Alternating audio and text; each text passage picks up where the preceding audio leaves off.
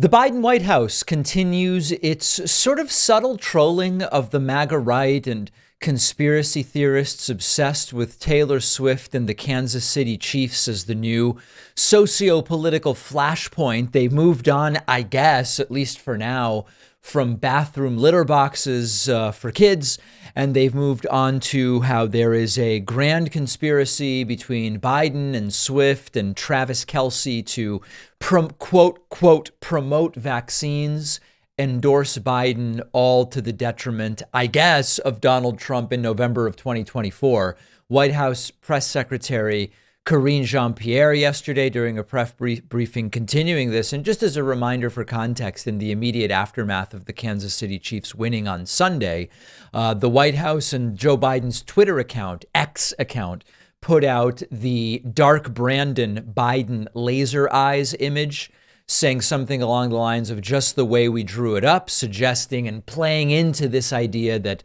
somehow the Biden administration is controlling who wins NFL games for their political benefit or whatever crazy stuff they're coming up with. Here is Karine Jean-Pierre congratulating not only the Kansas City Chiefs, but also the supporters of Taylor Swift. Hope everyone got some rest after last night's Super Bowl. The president was able to catch some of the game, and on his behalf, I want to extend a big congratulations to the Kansas City Chiefs on their third Super Bowl win in just 5 seasons, and also congratulations to all the Swifties out there. The president looks forward to welcoming them back once again to the White House. And the first and many questions related to this were about Taylor Swift. Here is a reporter asking, well, when they are invited back to the White House, will Taylor Swift also be invited? Folks, this is where we are in this arc. You started the briefing by wishing congratulations to the Kansas City Chiefs as well as to all the Swifties out there. I'm wondering, when the Chiefs are invited to the White House, does the White House intend to also invite Taylor Swift? That's going to be up to the Chiefs and obviously their decision to figure out who's going to come with them when they come. And as you know, it's a White House tradition. I can't speak to attendance and who will be here. And as you can see, the White House press corps just laser focused on substantive questions about policy, about educating America's youth and solving the foremost problems of our day. Listen, I'm basically ready to move on from this entire Taylor Swift thing, except that she seems to have broken the brains of the MAGA right. They are fixated on her. They are furious that she's registering people to vote. And if they really feel as though they have the cultural cachet with the likes of, now let me be clear, I misspoke 2 weeks ago and said Chris Rock.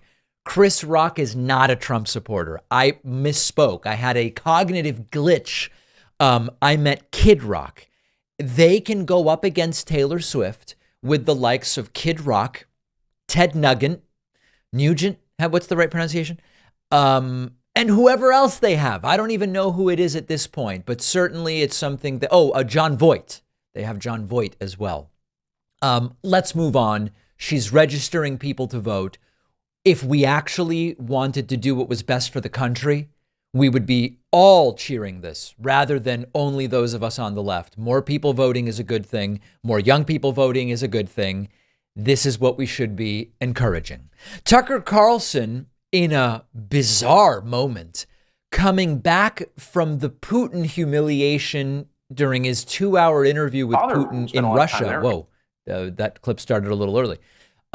Going to Dubai for the World Government Summit and kissing the ring, seemingly, saying Moscow, depending on your preference, is a better and nicer city than any city in the United States of America. Wow. Putin really is now in full control of Tucker Carlson. Putin humiliates Tucker, makes him sit through an hour history lesson, ridicules him for not having a serious program, for having applied to the CIA. And what does Tucker do? He says that Moscow's better than any American city. You've got to see this. What was radicalizing, very shocking and very disturbing for me was the city of Moscow, where I'd never been, the biggest city in Europe, 13 million people. And it is so much nicer than any city in my country. I had no idea. My father spent a lot of time there in the 80s when he worked for the US government and barely had electricity. And now it is so much cleaner and safer and prettier aesthetically. It's architecture, it's food, it's service than any country, city in the United States that you have to, and this is not ideological. How did that happen? How did that happen? And at a certain point, I don't think the average person cares as much about abstractions as about the concrete reality of his life. And if you can't use your subway, for example, as many people are afraid to in New York City because it's too dangerous, you have to sort of wonder, like, isn't that the ultimate measure of leadership? And that's true, by the way, it's radicalizing for an American to go to Moscow. I didn't know that, I've learned it this week, to Singapore, to Tokyo, to Dubai and Abu Dhabi. Because these cities, no matter how we're told they're run and on what principles they're run, are wonderful places to live that don't have rampant inflation, where you're not going to get raped. Sir, excuse me. What is that? Now, there's a lot here. I will be the first to tell you that there are fantastic cities all over the world.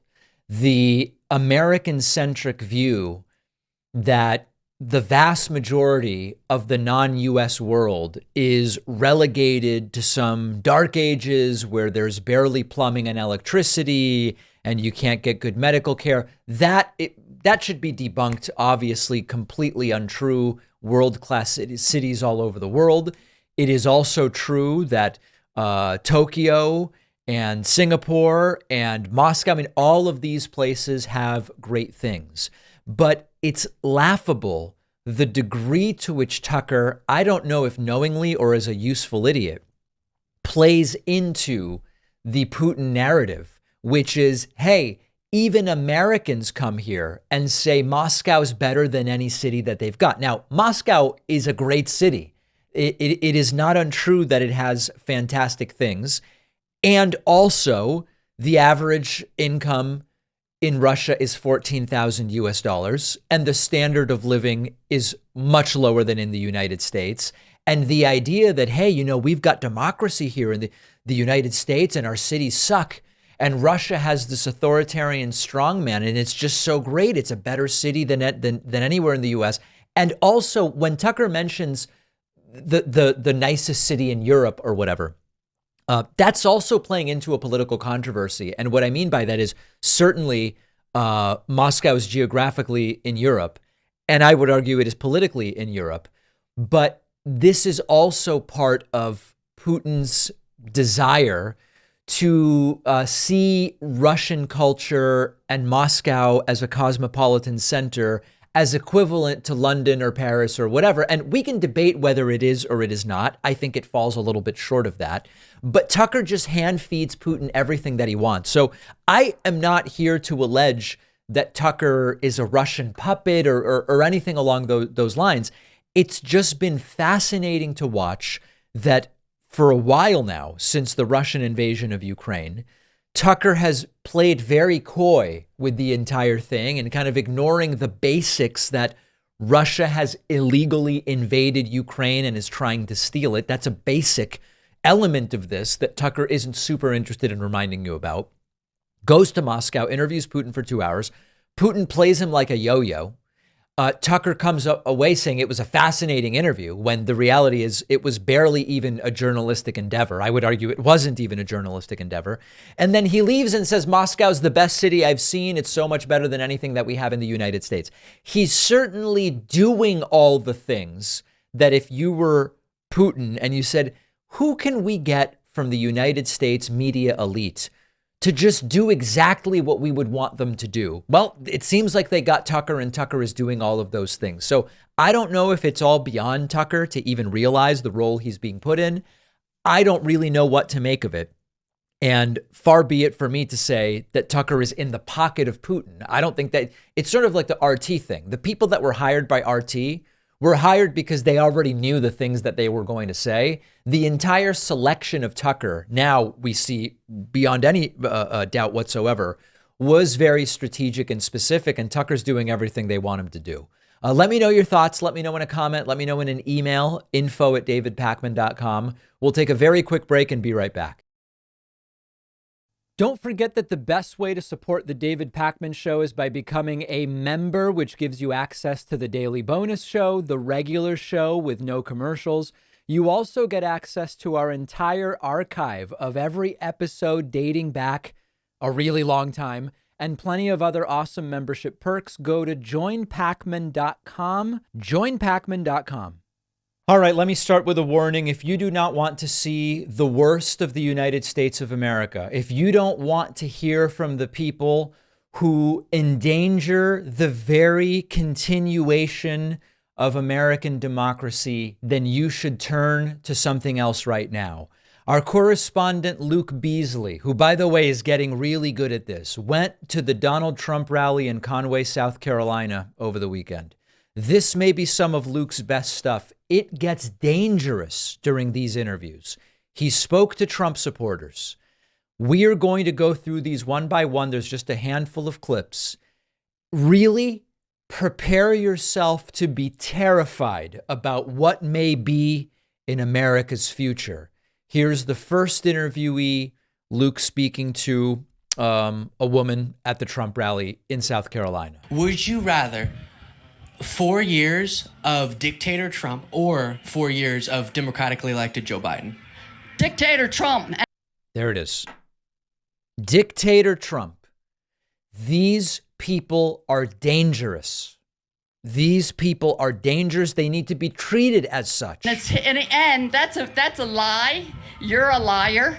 It's the first day he said, I'll be a dictator for 1 day to put in the border and one other thing. You're a liar. Drill, baby, drill. You're part of the media, a baby media turkey. He's a baby media turkey. You are right there. Wow, that was explosive. In training. Good job. Apply to CNN, MSNBC. You're great. There was a time where we would have gone to such a rally and found policy disagreements, but we wouldn't have found people who would say, I'd rather a dictator over a Democrat. There was a time where that was not the nature of the disagreement. The woman then takes Luke's microphone and I guess interviews him. I'm going to interview you. Oh, yes. This will be fun. All right, I'm ready. Hi there. Hello. Hey, What's one teacher. bad thing about Biden? Do you know The question is, what's a bad thing about Biden? Now we're going to get into policy. the Inflation He's a Reduction Act? crook. He crook? is. What? He Like is. the guy who's been indicted 4 times? Come on. Come on, not convicted. Okay, he's a crook. He stole money from countries He stole it. left and right and made business deals to get. Okay, he said. Understand that this is mushmouth nonsense. These are all confused word salads of stuff you hear on Fox News. Donald That's Trump son. received millions from foreign governments while he was president. He doesn't through his take money. businesses. He doesn't take a salary. That's not true. He's a LGBTQ. LGBTQ. Hey, I love XYZ. LGBTQ people. Do you believe in the transgender library story hours for children? I think they're called drag queen story hours, Right. which is different than transgender. And they dress up demonically. So would you say you're motivated to protect the kids? Absolutely. And so are you concerned with the leading cause of death for children being firearms, and Trump doesn't want to do anything about that? Your leading cause of death for children is abortion. Do your homework. If we only talk about people who have been born, the leading cause of death for children is firearms. And this guy just spoke yesterday at the NRA convention.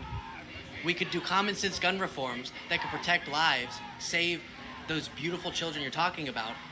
But instead, we're all focused on being distracted by drag queen story hour? Really? We need to do away with the false notion that if we just sit these folks down, we can talk them out of their delusions. Some of them we can, but at scale, that's not how we're going to win. We need to win by going around these people and making them politically irrelevant. Might not be nice. Oh, but they deserve, they get to vote. I'm not saying you don't let them vote. I'm saying we make their vote irrelevant by turning out in such large numbers. Here's another guy that Luke interviewed. Shows him Trump's post to Truth Social about suspending the Constitution. The guy insists that it's fake. Someone is making it look like that's Trump posting it, but Trump would never post that. Luke shows it to him. This is, again, evidence that you show them the proof. They just don't accept it. They say it's fake. And would you support somebody if they called for the termination of the Constitution? No. Can I show you something? Because I'm shocked that so many people don't know about this. On True Social, this is from Trump's True Social, because of his belief that the election was stolen, he said a massive fraud of this type magnitude allows for the termination That's fake news. of all rules, regulations, and articles. I don't believe it. You don't believe that? No, I don't believe that right there. Even though he sent it out on True Social? That's not true, though. Still up on his account? No, that's not true. That somebody made a fake thing. Okay. Somebody made a fake thing. That's Trump's Truth Social account. Truth Central. It's not even disputed. It's been defended by some MAGA people. Some people see that and they go, well, listen, when the left goes so crazy, you've got to potentially suspend the Constitution. But then you have people like that guy who go, it's not really Trump. The evidence doesn't sway them. That is the proof of what we've been saying. They are impervious to evidence. Here's another guy Luke interviews in some sort of biker group vest with a Trump hat. It's depressing, guys. Was not an insurrection. What was it? It was an overthrow of the government. It wasn't an insurrection.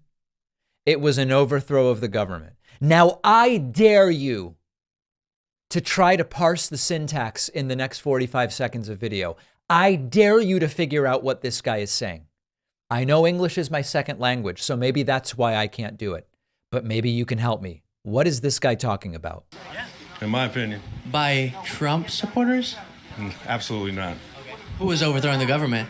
Well, they were in there trying to make a fake. I don't know. I'm trying to think of the word. The election was they were trying to make it. Certifying it? Yes. Okay. And he didn't win. They were trying to falsify it, get it all through before anybody did anything. My opinion. So then, who stormed the Capitol? Huh? Who stormed the Capitol? Well, there were some CIA agents in there, from what I understand. So then the CIA agents were storming the Capitol to stop the certification of Biden's election? No, to make it look like Biden's people did it. Trump's people did it. Yeah. That is quite a yarn that guy is spinning. He doesn't even understand the conspiracy theories. When I appeared on the Jesse Lee Peterson show a few years ago, it was evident that Jesse didn't understand his own conspiracy theories. This is another example of that. Here's another interview, and each one scarier and more dangerous than the last. And by the way, really great job by Luke here. Everything that the media has said over the years has been proven wrong.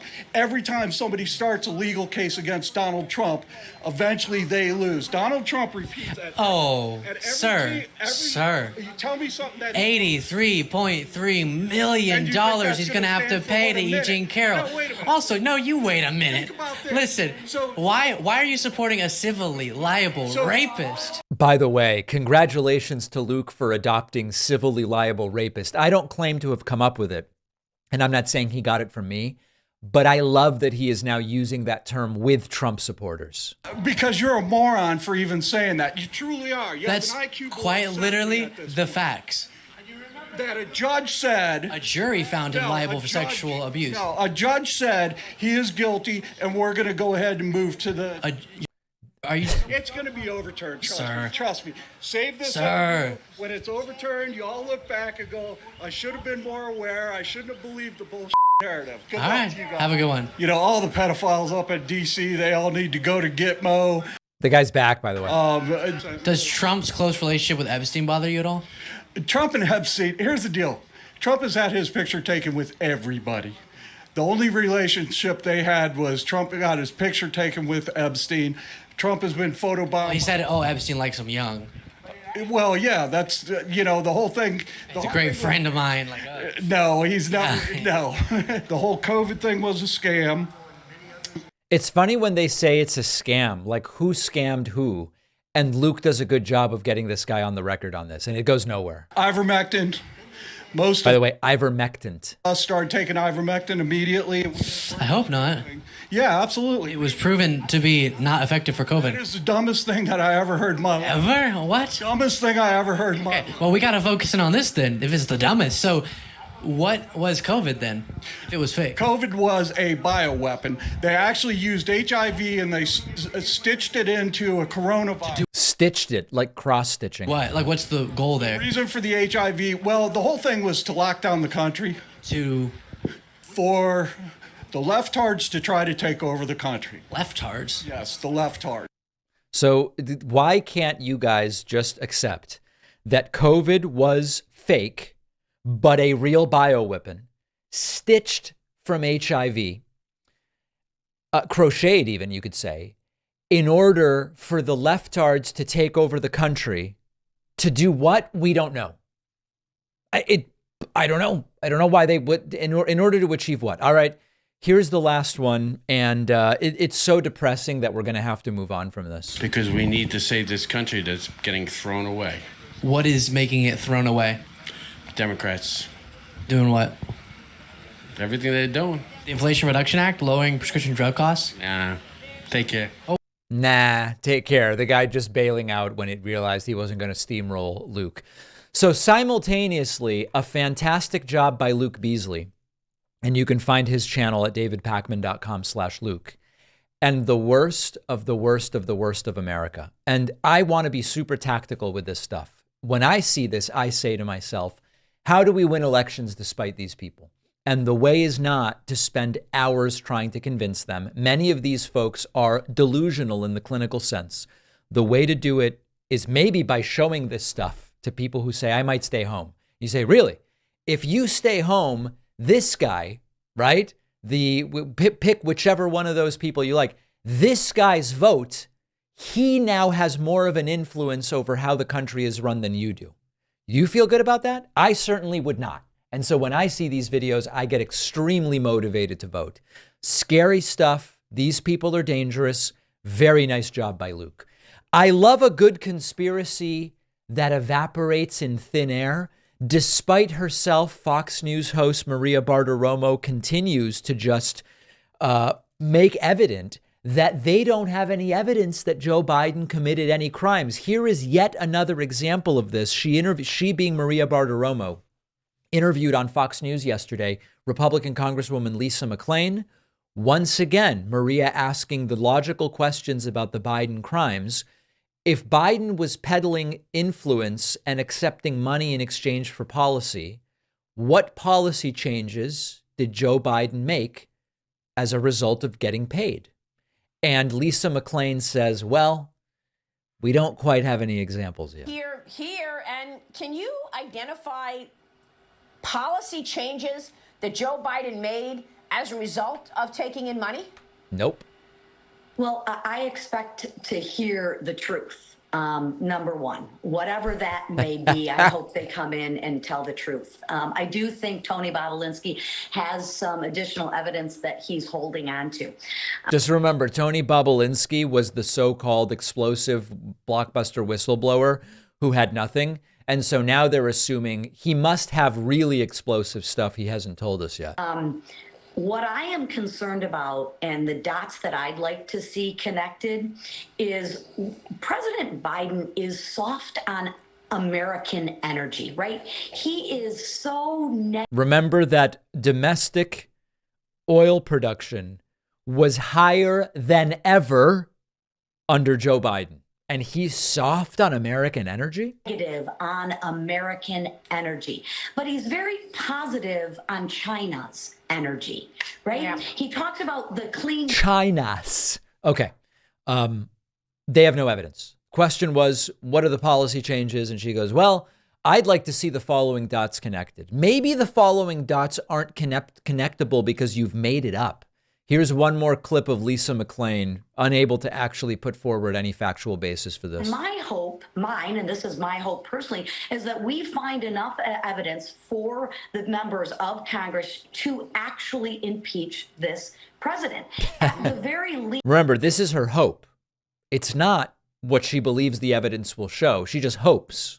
We can uncover and show the American people that there was influencing, and we can continue to deliver truth and transparency to the American people. And well, she's hoping that that's what they find because she's politically determined to do it.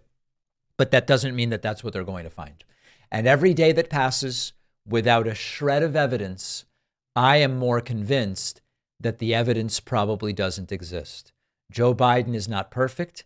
He is not an uber progressive, but he has run an extraordinary White House when it comes to actually crossing things off in terms of achievements. He has certainly outdone my expectations, and there continues to be no evidence that in his multi-decade political career, he was in it for himself. Trump, on the other hand, very clearly is and was in it for himself. So Lisa McClain can keep looking, Maria Bartiromo can keep asking, and as of yet, they have come up with zero evidence. If you value what we do at The David Pakman Show, remember to support us on Patreon. Go to patreon.com/David Pakman Show, where you can get access to behind-the-scenes videos, the Daily Bonus Show, the commercial-free Daily Show. You can support the show for as little as $2 a month. Check it out at patreon.com/David Pakman Show. It is great to welcome back to the program today, I believe, the most prominent Cuban-American Politico/game streamer in the world, Stephen Bennell II, known to so many as Destiny. Stephen, it's so great to have you on. I really appreciate it. Hey, thanks for having me. So I have to say, you're killing in terms of the debate game these days. You've even done some debates that they were pitched to me as you and Destiny, and I just don't want to do it. I don't want to do the prep. I don't want to do the travel. You're going and you're killing. And also, I continue to wonder, are we changing minds with debates? Is this even the goal? Is it actually about who's right versus who's most articulate? So give me your sense of, like, what's the point of doing a lot of these major debates? Ben Shapiro, Glenn Greenwald, Cenk Uygur, etc. What's your goal going in? I mean, my goal, well, let me back up for a second. One thing I'd like people to be aware of is there's a lot of things that can be true simultaneously. But people seem to think that things are mutually exclusive. So somebody will say something like, a debate doesn't prove who's right. It just proves who argues better. Generally, that is kind of true. However, that doesn't mean that, well, I'd also say, like, debates can also be productive, or debates can change minds. It might be that some person is more rhetorically gifted, but they don't have the facts on their side and they manage to win a debate, but that person could also be changing minds. There's like a whole bunch of things that go on when it comes to putting together a debate, that just because some people debate in bad faith, or just because some people are more, is it silver-tongued, sharp-tongued, or whatever, doesn't mean that, like, all debate therefore has to be worthless or horrible. So keeping that in mind, I think if you want to be a debater, and then this goes into kind of what I try to do in debates, you have to, hopefully, I would hope you have the facts on your side. You have a good foundation, a good conceptual understanding of what you're talking about, and you combine that with some amount of rhetorical flourish, and you're able to be persuasive to an audience that's listening to you, or at least listening to that particular debate. So my goal going in is usually, I hope I have the facts on my side. I want to be the most factually correct I can be. I want to serve whatever purpose I'm trying to I'm trying to further, depending on where I'm at. So, like, if I'm on a far left-leaning platform, it might be to push them a little bit to the right. If I'm on a far right-leaning platform, it's probably to push them a lot to the left. I just want to make sure I'm a good representation for the ideas that I'm holding at any point in time. Who do you think at this point, of the folks that you've kind of participated in debates with over the last 6-12 months that you've been really doing this aggressively, did you find anybody that you were surprised was a particularly good faith participant that you would not necessarily have assumed to be the case? Doesn't mean they were right or they changed your mind, but that you went in thinking, this is somebody who's probably a bad faith participant in this conversation, and they changed your mind through the conversation. Changed my mind, and that I agree. You came away with a much more positive impression of them than you went in. Okay, yeah. There's actually a guy that I debated yesterday called Mark Lamont Hill, and I've done a lot of Palestine-Israel debates now, and I've had a pretty bad impression of honestly almost everybody that debates this topic on the left or the right. And then this guy was going to come in as a pro-Palestinian debater, and those debates have tended to go really, really poorly. But he was actually an incredibly thoughtful debater. I really appreciated it. He responded to everything that I said thoughtfully, not with just headlines or tweets. He seemed to have a pretty comprehensive understanding conceptually of everything that had happened in the history of Israel-Palestine. It wasn't just headlines or little nuggets of information. And even though we disagree, I think, pretty broadly on the issue, I really appreciated his ability to engage in that conversation with me. You do something which a lot of streamers and content creators don't do, which is you'll often do your prep for these debates on your stream, which is, depending on your perspective, either extraordinarily mind-numbingly boring, or that's not my impression. I actually find it pretty interesting to see what the process is by which you kind of build up your understanding of what is likely to come up in a debate, your historical understanding, etc. Give me the basic framework for you're going into a new issue you may have some passing knowledge of, you've never studied it formally. What are the component parts to how you would prepare for a debate? I would say that the rough outline, this is probably going to be pretty unique to me since I'm a streamer, so I've got a lot of resources. I think usually the rough outline will be, maybe we have topic X, maybe it's a pretty broad topic. I'll just read down the Wikipedia on topic X. If there's a link or like a term that I don't know, I might click the link and read that article as well. But that'll be the first step, is to read down topic X on the wiki. That'll give me kind of like a skeleton structure, an outline of it. As I'm reading it, this is a bit more intuitive, but if I'm reading it and I read something that seems like a little bit extreme or a little bit like, is that actually true? I might Google that particular thing to see if there are news articles that are relevant to it, or to see if I can find an original source relating to it. It's really good sometimes to hunt down the annotations on Wikipedia, because sometimes the underlying material doesn't always satisfy or justify the sentence that sourced it. So yeah, I would say I'd start with the Wikipedia bare bones. I'll Google off the Wikipedia for different articles.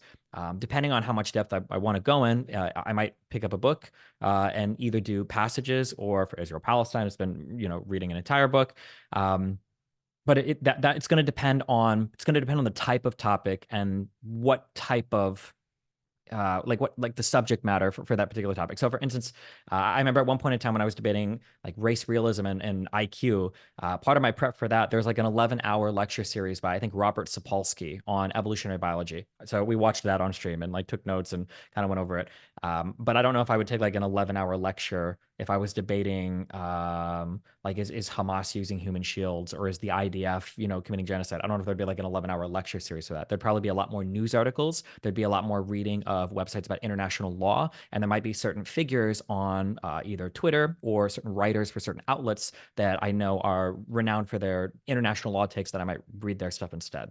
Yeah. Does the format of the debate that you're going to be in change the way that you would prepare for it? Yeah, absolutely. I prefer long form stuff. I hate 10, 20-minute like radio interviews where basically we both go and we give like our 1 and 2 sentences about a topic and then we move on to the next thing. I hate that. I want to be able to critically engage with what somebody's saying, meaning if somebody says something, I want to present a level 1, a level 2, a level 3 challenge. Like, hey, you said this. Well, what about that? Oh, well, I think this. Okay, well, what about this? Right? I want to be able to do that back and forth. That's really important to me. So I prefer longer form debates. That being said, even in a longer form debate, there are different types of people that I'm going to be debating that I have to be prepared to debate in different ways. So for example, over the past couple of months, I've talked to, on both ends of the spectrum, I've got Ben Shapiro and I've got Alex Jones. And if I'm doing an Alex Jones conversation, I need to be ready to meme. I need to be in a really good mood. I need to be ready to throw, a bunch of jokes. I have to look like I'm having a good and fun time, because if you look like you're salty and upset and angry, it plays poorly with the audience. If you play along with a person, it makes you more warm and receptive. That would be like rhetorical strategies I'd keep in mind for Alex Jones. For Ben Shapiro is way more respectful. I know we're not going to do crazy back and forths like that. And I know he's not going to say completely outlandish stuff. So I need to be a bit more informed about what his arguments in particular are. And I need to make sure that I'm carrying myself in a respectful way for that conversation. So I might watch I watched actual Ben Shapiro videos so that I could have his arguments already in mind for that conversation. I don't need to watch Alex Jones videos to prepare myself rhetorically for that conversation. The being in a good mood thing is interesting, because one of the things I've noticed in checking out some of the recent debates you've done is there was a time probably 18 to 24 months ago where, and I say this with total respect, and you and I are friends, a lot of the conversations you were having, you didn't really seem like you wanted to be having. You seemed kind of miserable to be there to some degree. And to some people, they would write to me and they'd say, this is coming off as condescending. I've noticed that you seem to be in a sort of better mood, for lack of a simpler way of saying it, in the recent debates. Is that something that you have almost like calculated and determined is better for the way that you come off? Yeah, I think when you say things like calculated, it sounds a little manipulative. No, and I don't mean it that way at all. I mean that you're aware of the way it comes off. No, yeah. I'm very aware of the way that it comes off. Yeah. I would say that around from like 2016 to 2018, have you ever heard about Gamergate? Well, yeah. I mean, I started covering it without even knowing what I was stepping into, and then yes, I've heard of Gamergate. Yeah. But anyway, yeah, around the Gamergate era, 2016, 2018, maybe even a year and a half afterwards, the way that you projected strength and persuasion online, I blame Ben Shapiro to some extent for this because he always did that facts over feelings, facts over feelings. The way you presented strength was by being a condescending dickwad, right? You're screaming at the person, you're an idiot, you don't know anything about this topic, you're so stupid, blah, blah, blah. Like that was just the way the debate went, and your goal was to kind of humiliate the other person, make them look bad and stupid, because there's a transference that occurs when you are watching your favorite content creator get destroyed by another guy. You're like, ooh, I feel kind of dumb, I feel kind of stupid, I don't know. And that was kind of the go-to way to persuade audiences back then. Yep. I would say over the past 4 or 5 years, I've made a gradual transition into being a bit more empathetic or compassionate, to where it's like, listen, I understand, your particular perspective. Let's talk. That's also going to depend on the exact issues that we're debating too. But I think in general, yeah, over the past half decade, I've tried to do the more empathetic or compassionate approach, because I think that especially as the left broadly, probably progressives more specifically, have gotten control of kind of the culture, being incredibly condescending and patronizing doesn't make as much sense anymore, because I think we're in the power position when it comes to moderation and regulation on all these platforms. So better to be compassionate to bring people over, I would say. So you mentioned progressives in the left. I want to think of the right way to kind of enter this. I consider myself someone unquestionably on the left. In watching your content, it is abundantly clear that you are also someone who is overall on the left. When I see somebody like Sam Harris, who I interviewed recently, he is clearly on the left. And yet you, me, Sam Harris, others will have factions of the left that either through purity tests or whatever else the case may be, personality dislikes, etc., will say we aren't actually on the left because of A, B, C, D, whatever. Generally speaking, what's your sense of the level of infighting and whether the left is currently fractured in a way that is going to be damaging in terms of winning elections? Is this a real issue, or is the left basically together in your mind? So I think it's important to understand the reason why purity tests happen are because when people that purportedly have the same values as you have far different applied positions, that feels really bad. If I'm in a room with 100 conservatives and all of them say we should have no minimum wage, and I might be like a federal minimum wage, $12.50 an hour or something, like, okay, I don't care that you guys don't want minimum wage. Like, I don't expect us to agree on that. Fine. But if I'm standing next to somebody else, or I'm in a room full of progressives or leftists or Democrats, and all of them are like, I think we need a $25 an hour minimum wage. I'm like, okay, that sounds really high federally. And now they accuse me of hating the minimum wage or hating poor people. Well, hold on. We align on this value, and you're not just attacking my applied position, because people never attack applied positions. You're attacking my fundamental position. You're saying that we don't share values. If a conservative says that we don't share values, I don't care. It's almost funny. You almost laugh it off. Like, oh, you just want to destroy big business, or you just want to help all the immigrants and blah. It's like, okay, yeah. But when somebody says, oh, well, you hate poor people, you hate the homeless, you hate minorities, like, oh, hold on. So I think that I think broadly speaking, or on the macro level, it's called like the bigotry of small differences, I think. That at least is how I've come to understand it. There's an interesting phenomenon where I think the far left, I think, is really problematic, and the far right is really problematic. But the far left, in terms of governance, is like 2 people in Congress at this point. I don't even know if I would consider AOC like the far left, like troublesome anymore. The problem with the far right, I think the far left thinks she's sold out at this point, honestly. Yeah. The far right couldn't hold the majority speakership in the House of Representatives. This has never happened in U.S. history. And the Republican Party is tearing itself apart because 85% of the Republican Party is following one guy right now, Donald Trump. He's not even really a Republican. So the far left is a huge problem when you're like on Twitter and social media, or I would say in some institutions. I think administrators for school, I think, can rightfully come under heavy criticism for some of the crazy, insane stuff they say. I think that institutionally there's some weird power there that probably needs to be addressed. But legislatively and in terms of voter bodies, man, walking out on the street and finding a socialist or a communist is pretty hard. I can find Trump supporters in any major blue city in the entire United States. So yeah, I mean, like, both the factions are problematic, but on the left, that's a very, very, very small faction. Electorally, that's not going to affect us on the left. Electorally on the right, the Republican Party is literally tearing itself apart under Donald Trump. So I don't think they're equivalent in terms of problems. In terms Why of do you think there is a desire among this slice of the left to take people like you or me and say we're not really on the left, we're neo-libs or we're center-right or whatever? What do you think is the goal of the people who say that? Is it to change our views? Is it to try to get people just not to watch our content? Like, what's the point? I think there's a combination of things going on. I think for one, I think a lot of these people are young. Which is good. You should be radical and you should be crazy. And if you're a young 19-year-old and you've just read your first volume of Das Kapital and you've just had your first humanities class and you look at the injustices around you and you're like, man, why don't these guys talk about this more? Why don't they do anything? I think that's fine. I think young people should be crazy and radical, and that's good. It's healthy. I read Ayn Rand. I was a Ron Paul 2008 supporter, do or die. So I don't think that's necessarily a bad thing. I think that, so there's the young aspect plays into it. The fact that they're on college, so they're all kind of amplifying each other's opinions. The fact that social media, I would say this is a bad thing. This sounds really mean. I'm 35 now, but I think it makes young people feel a little bit more important than they actually are. Now on social media, you can tweet anything and it might pick up 10, 20, 30,000 likes. And now you feel like your opinion is like hot shit. Say, oh man, I matter. And it's like, bro, you've never even worked a job before. Slow down, you know? I think that people will practice power where they can. I think that when you're a young person, you probably feel really powerless. Like, what do you do? Again, you might not even work a job. You might still work with or live with mom and dad. You're accumulating a whole bunch of college debt. You don't even have your degree yet. How do you participate in the world? Well, the one place where you can exercise power is on social media. And if people don't align with your values and you want to attack them, they're like, yeah, this is the one place that you can, actually do something. So. Let's pause our conversation there with Stephen Kenneth Destiny Bennell II. The full conversation will be posted to our YouTube channel, youtube.com/The David Pakman Show. On the podcast, radio show, and TV show, we'll go to a quick break and be back right after this. Follow us on social media. Interact with the David Pakman Show community. See exclusive content. See when we're taking calls live.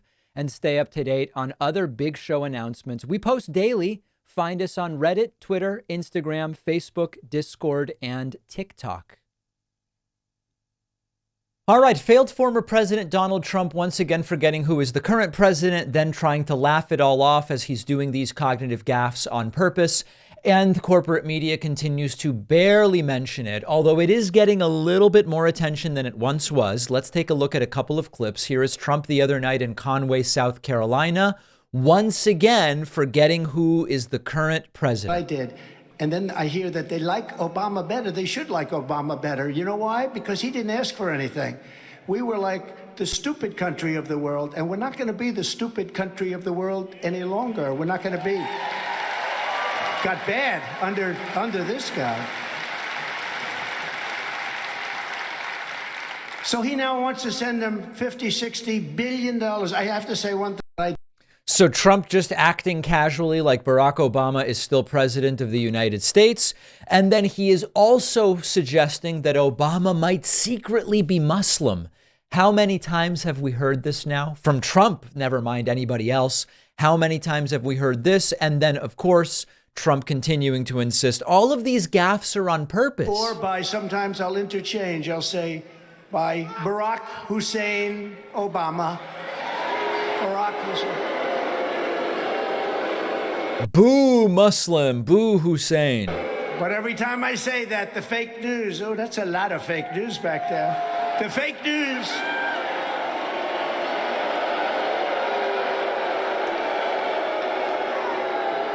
Every time I say it, anytime I want to have a little fun, Governor, we have fun sometimes, even though the country's going to hell, we have to have a little bit of fun.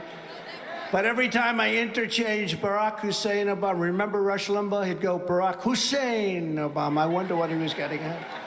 I wonder what he was getting at, that he must secretly be Muslim. But every time I do interchanging, we do a little interchanging, they say, he doesn't know who the president is. He thinks it's Barack Obama. I say, no, but I think Barack Obama has a lot to do with running the country right now, and we can't let that happen. He wants us to believe that every time he's confused about who's president, it's all on purpose. And then lest anybody in the crowd worry, Trump reminds us he got a beautiful score on a dementia test, in case you were concerned, you know. And I've called for cognitive tests. I actually think anybody running for president should have tests. I think, and I pass them every time. Dr. Ronnie Jackson gave me the first one. He comes out scored as not demented every single time he takes one of those tests. So Trump's brain continuing to crumble. Oh, but David, what about Joe Biden? Yeah, Joe Biden's old too. And if they're both demented, I'm voting Biden. How's that? Very clear, very easy choice. As much of this stuff continues to happen, the discussion on corporate media is about Biden and mostly not about Trump. And that's what I want to talk about next. The coverage about Trump's apparent cognitive decline relative to Biden's has been absolutely pathetic. Media Matters has a good write-up and points out that Trump's verbal confusions get very, very little coverage, occasionally on MSNBC, almost or in many cases zero coverage on Fox News, and a little bit of a sliver on CNN. Now, I want to remind people, this stuff is happening all the time. Here is Trump again saying that Viktor Orban is the leader of Turkey. He's not. He's the leader of Hungary. Trump says it again, and the right-wingers don't care. Viktor Orban, did anyone ever hear of him? He's probably like one of the strongest leaders anywhere in the world. And he's the leader of, right? He's the leader of Turkey. Fronts on both Russia. Yeah. Yeah. And of course, Orban is not the leader of Turkey. He's the leader of Hungary. And Hungary also doesn't have the borders that Trump claims it has. This is happening every day. Here is Trump the following day in Vegas saying, hey, you know what happened last night? Referring to the prior primary. The prior primary was days earlier. And last night, you know what happened last night, right? None of the above.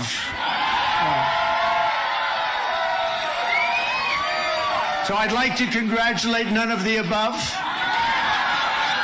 I was one of those none of ever aboves. I was one of them. No, I watched that last night, and they won by 44 points. And of course, that wasn't last night. That was much earlier in the week. It was on Tuesday night, and this was over the weekend that Trump said it. So extraordinarily confused and disoriented.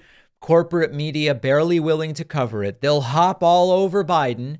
And again, the real critical part of this is it's less about an adjudication of which one of these guys is more slowed down cognitively. It's the realization that a cognitively declining Trump is dangerous, whereas a supposedly cognitively declining Biden has dozens of major accomplishments to his name, has put reasonable people around him, and has done a pretty damn good job as a demented president. So if you say to me, David, it's demented Trump or demented Biden, who are you voting for? I know what the answer is. The question is, do these people on the right? It's not clear to me that they do. I hate that I have to kind of put a final nail in the coffin on this issue today because it's a very horrible one. But Facebook and Instagram have permanently shadow banned us. I don't even know where to start on this. You may recall that in October, we noticed that the videos we would post to Facebook got 98% fewer views. In fact, we have an image that we're putting up on the screen here. This is a chart of our Facebook video views. And you see that everything's going along fine. And then October 18th, ba-boom, what happens? They just go away. Very similar numbers on Instagram. We look around, we ask, we contact Facebook. No, sir, everything's fine. Everything's fine. We recruit some Facebook employees in our audience to try to submit internal appeals. What's going on with this page? All very mysterious, but we can tell we are shadow banned. Our content is not being recommended. We then figure out, oh, we are shadow banned. This is something that Facebook calls not recommendable. And we're putting that up on the screen. And very slyly, Facebook has now inserted a new reason why you might not be recommendable. Obviously, all the old reasons are there. You're spreading disinformation or there's inappropriate content, or you deal in civics. You deal in civics. The primary subject matter of your content is civics. And I thought, this is really weird because Facebook has not put out a statement about this. And now the following. This is NBC News. Instagram will stop recommending political content. Remember, Instagram and Facebook are both owned by the parent company Meta. And if you look at this article, the article explains this is it for political content on Instagram and on Facebook. And they actually mention here, well, a lot of people don't like politics. They don't want politics shoved in their face. So only if you opt in will you see political content. What? By the way, they are doing the exact same thing on Facebook. It says the same control will roll out on Facebook at a later date. So and by the way, look at this. Instagram defines political content as potentially related to things like laws, elections, or social topics. If you talk about the law, by default, your content will not be shown, will not be recommended on Facebook and Instagram. If you talk about elections, I don't know, we have maybe the most important presidential election of my lifetime coming up in 9 months. No, people don't want to see that. We're not going to recommend that. Any social topic. What about abortion? What about free speech? What about cultural issues? No, people don't want this stuff shoved down their throats. They are permanently shadow banning political content on Facebook and Instagram. This is not just a crisis for our show. About 15, sometimes 20% of our revenue used to come from these platforms. Gone. Bye-bye. You produce the wrong type of content. We should be doing makeup tutorials, puzzle building on screen, and pranks. By the way, all that content is fine. But that's what people want to see, so that's what we will recommend. But content of value in terms of getting people engaged with the political system, getting people engaged with the structures that determine what their lives and the lives of other Americans are like, a lot of people just don't like seeing that. So by default, it's going to be banned unless people go and opt in to see that sort of content. So crisis for our show, because now we've got to find 20% of our revenue to make up. I would argue a cultural crisis. If we have gotten to the point where the platforms say, so many people just don't want to hear about what our elected officials are doing, what the Supreme Court is doing, what educational infrastructure is doing, we're going to default to that's off. How disastrous is the situation in the United States of America that that's where we are? So what do? Well, we need to find new platforms. Hopefully there will be platforms. I mean, listen, you look at what we're doing on Snapchat. Our Snapchat has been growing. Maybe there are platforms that will welcome this type of content where we can reach people and say, hey, rather than tuning this out and going to the, hey, we sent somebody a glitter bomb in the mail sort of content, which, by the way, it's funny. I'm not saying bad things about that content, but in terms of its importance to figuring out what the world we live in is going to be like, I think we would argue it's not quite as high on the list. That's what people want. We've got to find platforms that will say, hey, no, we are going to prioritize law, elections, social issues. That's important. And we need to continue shifting our support to our website. I'm so sorry that I have to mention that, but this is the reality. As I've said before, every one of these platforms at different times has shut off the revenue. Now it's Facebook. So if you care about this, if you believe shows like this one, doesn't have to be this one, I would love it if it is, that if you believe shows like this are important, please try to consider supporting us directly. You can go to joinpacman.com. It's really cheap. We put up a bunch of extra content for our members. Sign up at joinpacman.com. You can use the coupon code SaveDemocracy24. That is what is at stake. I hate that that's where we are, but that's what's at stake. I'll have more information on this if I ever get it, and I may not. This may just be it. Bye-bye, permanently shadow banned. We have a voicemail number. That number is 219-2-DAVID-P. Here's an interesting voicemail about Trump and his relationship to powerful women. Yeah, David, I got it. Trump's kryptonite is women. Powerful women, anything. They'll take him down. Tish James, E. Jean Carroll, Nikki Haley's chomping at him. They really do a number on him, on his psyche. Just watch, he unravels. Trump does, as the caller points out, Trump does seem particularly triggered when it's women that don't back down from him. He's triggered when anybody doesn't back down. He demands loyalty. He expects loyalty, all of that.